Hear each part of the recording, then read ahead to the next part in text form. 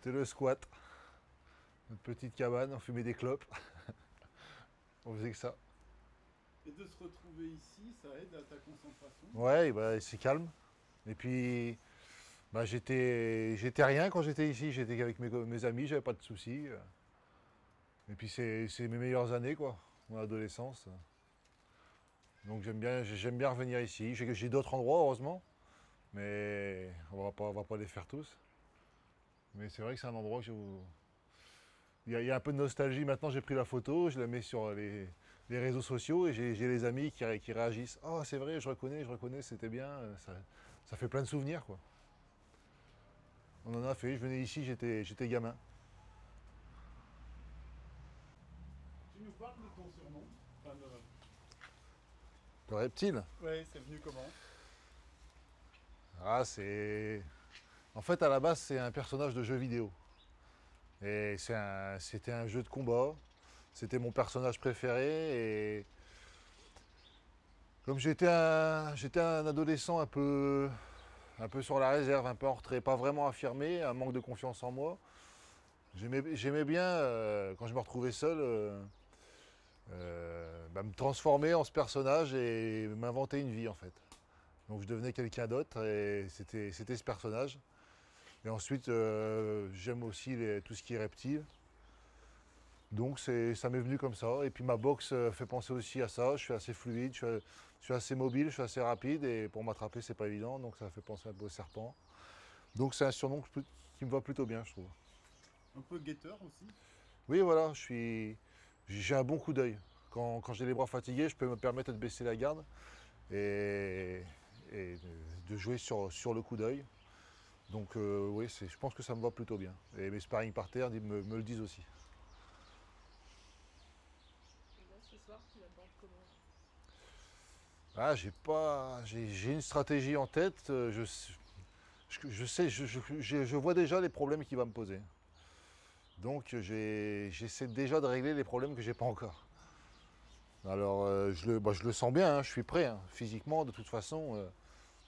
Si vraiment il est fort ce soir, il va faire les 12 rounds avec moi. Je vais essayer de pas trop aller trop vite, hein, pas me laisser porter par le public, par l'événement, et pas me griller trop vite.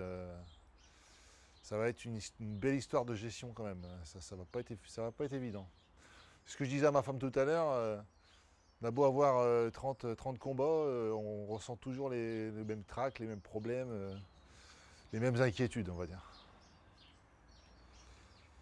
C'est quelque chose de nouveau d'avoir cette responsabilité, enfin, ou cet enjeu-là sur les épaules, parce que c'est quand même un titre important. Quoi. C'est un titre que j'ai déjà loupé, et c'est vrai que je l'avais pris un peu tôt. Je l'avais pris, j'avais 16 combats contre un invaincu aussi qui avait d'énormes moyens, qui s'entraînait avec les champions du monde, alors que moi, je n'avais pas encore fait de combat aussi long. Donc,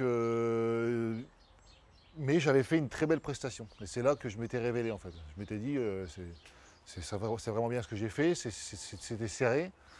Et j'ai fait les 12 rounds, j'ai perdu qu'au point devant 13 000 spectateurs. Donc c'est un titre que j'avais déjà loupé. Donc là, avoir l'opportunité de le refaire, c'est vrai que ça. Après, on se dit peut-être que ce titre-là ne me réussira pas, je l'aurai peut-être pas une deuxième fois, mais bah, on cherche plein d'inquiétudes, on s'en fait pour rien en fait. Après, ça se trouve, ça va aller très bien ce soir, mais faut qu'on cogite. C'est comme ça, les boxeurs, ça va me rester seul, mais ça cogite un peu trop, quoi. Donc oui, c'est une belle responsabilité quand même. En plus, on le refait à domicile, c'est pas comme si j'allais chez l'adversaire. Il n'y a pas d'excuse. On a tout ce qu'il nous faut pour réussir ce soir. Et à Bulle, tu sens le public comment? Enfin, je veux dire, est-ce que dans la rue, tu as senti des choses nouvelles? Est-ce que tu sens que Abdul est derrière toi? Abbeville a toujours été derrière moi. Là-dessus, depuis que je boxe en amateur, c'est l'histoire qu'ils ont aimé. J'ai commencé la boxe très tard, à 19 ans. Et en 2 ans de temps, j'étais déjà arrivé en équipe de France amateur. Et à mon avis, ils ont aimé mon histoire. Je suis un enfant des quartiers. Et ils se sont reconnus en moi. Ils se sont dit qu'un Abbvillois pouvait le faire. Alors peut-être qu'avant, c'était pas possible. Et, et le public est formidable. Vous allez le voir ce soir. Et il a confiance en moi et je pense que même le principal c'est de tout donner. Ils ne veulent pas obligatoirement la victoire. Ils veulent que je représente, le quartier, la ville, ma région comme il faut. Dans quelle année? C'était à Zurich, en Suisse. Dans quelle année? C'était en 2009, fin 2009. C'était en plus une réunion où il y avait championnat du monde juste après moi. C'était Holyfield Valeuve.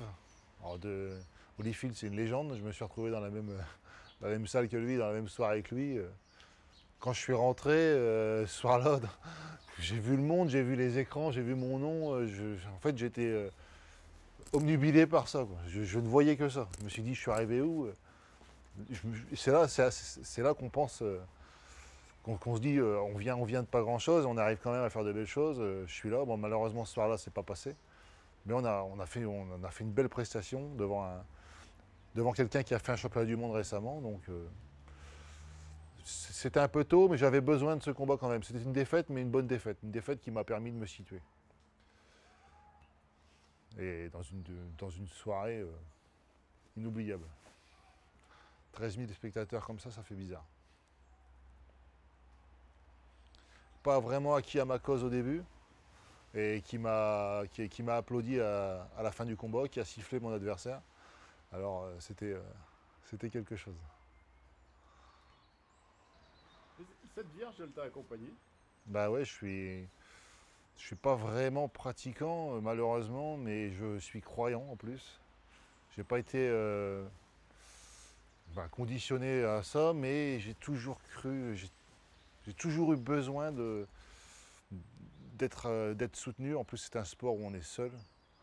Quand on arrive le jour J, quand on est sur le ring, dans le vestiaire juste avant, on est seul, donc on a besoin d'aide.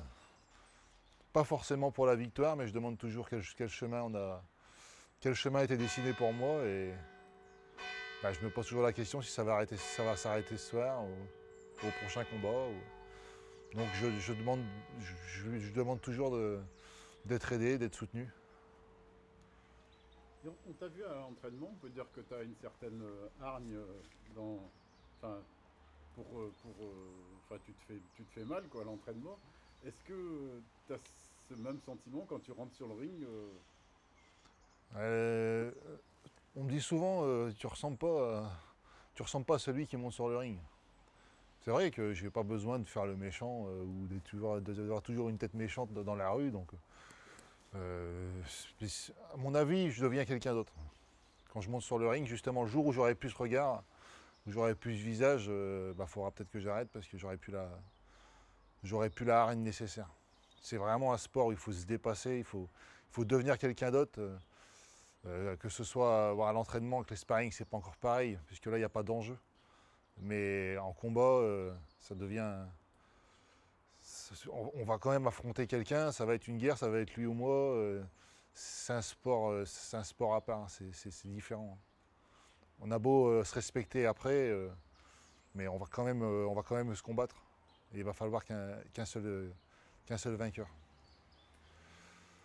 Tu l'as puisée où cette arme? Je pense, comme je vous disais, je suis le dernier de 4 enfants.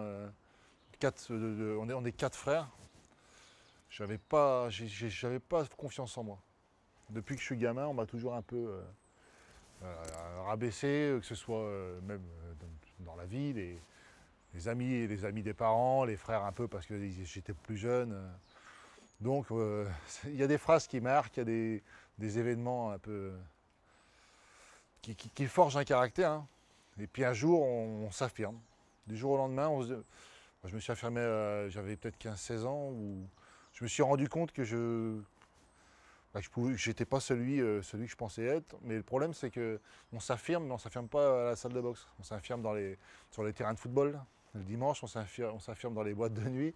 Puis on se rend compte qu'on fait mal avec ses poings. Et puis on commence à aimer ça et puis à se bagarrer. Et je suis arrivé à la salle de boxe à 19 ans. Et ben j'ai plus besoin. Une fois que j'ai commencé la boxe, il m'a fallu un an ou deux. Et j'ai plus besoin de me bagarrer ailleurs. En sortant de la salle, j'étais canalisé, j'avais plus rien à prouver. Je montais sur un ring contre des mecs qui faisaient mon poids, je les battais. Je les battais même avant la limite en amateur, ce qui est difficile. Donc tu n'as plus d'agressivité à avoir en dehors. Donc la boxe a peut-être une mauvaise image, mais elle apporte beaucoup de choses à certains individus. Je pense que c'est une bonne chose quand on a un gamin qu'on a du mal à canaliser. Si vraiment il veut se défouler, eh ben c'est le sport idéal. Mais c'est un sport très sélectif. Hein. Tu as beau être un champion du monde dans ta rue, si à la salle de boxe, tu n'as pas la hargne, tu peux te dire ah, moi si j'y arrive pas, je vais mettre des coups de pied, ouais, tu pourras faire ce que tu veux. Hein. Mais bon, tu n'auras pas réussi à devenir un boxeur, tu n'auras pas réussi à te contrôler. Et puis c'est plus facile à dire ouais, moi je peux pas faire ça, je suis trop méchant, que de rester sur le ring, d'aller à la salle tous les jours, t'entraîner et de devenir un champion. Ça c'est beaucoup plus dur. Aujourd'hui, enfin, tu penses que une carrière internationale, tu pourrais la poursuivre avec le club d'Abbeville où tu es arrivé un petit peu au bout de ce que peut t'offrir ce club? C'est vrai que ça devient difficile. Je veux rendre hommage à ceux qui ont monté les deux réunions, le championnat de France et celle de ce soir. Mais quand ils passent des nuits blanches, on n'a vraiment pas. Ils se bagarrent très fort, les partenaires, les bénévoles, pour organiser les soirées, mais on atteint vraiment les limites. Euh, Niveau structure d'entraînement, on a ce qu'il faut pour continuer, mais c'est vrai que pour continuer au plus haut niveau, si on gagne ce soir, bah, il va falloir se remettre en question et poser les problèmes sur la table et se dire et faire des choix. Moi j'ai déjà des contacts, enfin j'ai déjà eu beaucoup de contacts déjà depuis longtemps et j'ai toujours voulu rester ici. Mais il va peut-être falloir penser à faire autre chose, même en restant sur Abbeville, à la limite, mais avoir travaillé avec d'autres gens, quoi, et certainement aller boxer ailleurs. Ça, c'est le problème. J'aimerais bien boxer en France, mais c'est pas évident ici. Ça veut dire la Russie ou les États-Unis ou... Ouais, j'aimerais bien les États-Unis, ouais. Oui, ils aimeraient bien me faire boxer là-bas. Ils aimeraient bien. Déjà, j'aimerais bien aller m'entraîner là-bas, montrer ce que je sais faire. Je suis déjà allé en Allemagne, je suis déjà allé en Russie, montrer ce que je savais faire et ça leur a plutôt plu. J'aimerais aller aux États-Unis, ouais, essayer. Ouais. Mais on me l'a proposé. Je pense que si je gagne ce soir, il y aura certaines propositions de fait. Et on va. De toute façon, j'ai 32 ans, il va falloir prendre des décisions.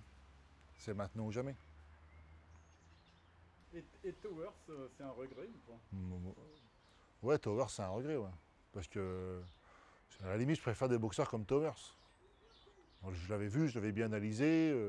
En plus, il avait une grande bouche, ce monsieur, donc c'est mieux, quoi. T'as une rage plus grande.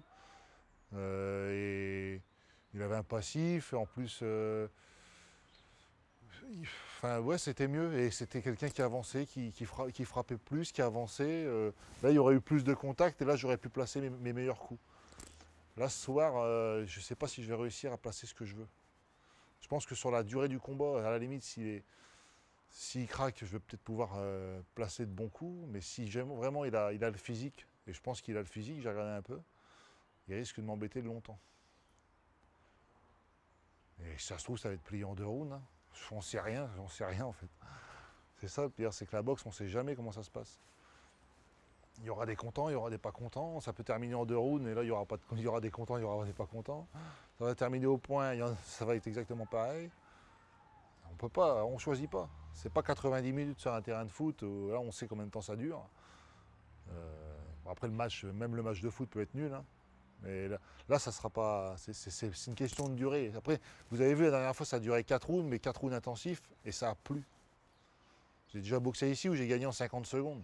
Ah, là, sur le coup, je suis content, mais après, je peux comprendre que ça frustre. Mais on ne choisit pas. Si ça fait 50 secondes dans l'autre sens, c'est moi qui tombe KO. Ah, là, d'ailleurs, la déception de la défaite, et en plus le combat qui n'aura quasiment pas eu lieu, quoi. Je veux dire, en plus on est chez les poids lourds, ça frappe, on peut vraiment rien prévoir. C'est une grosse surprise. C'était audacieux que Mormec passe chez les poids lourds, non?